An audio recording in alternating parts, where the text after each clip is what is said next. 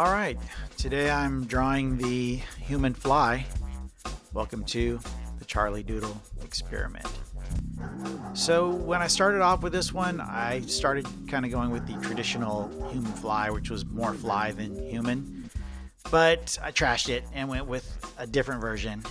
Didn't feel like taking on the more insect part of the human fly and stuck with the more human part of the human fly.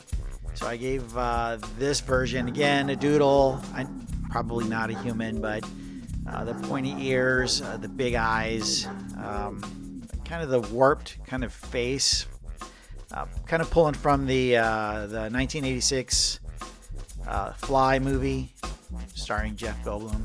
So I was kind of pulling from that with the hair and then the lumps and just how kind of the whole jawline and face is warped. But this one I did the watercolors, laid down the yellow, threw on top the green. I was really trying to get my head wrapped around how to do the eyes, kind of the iridescent fly eyes.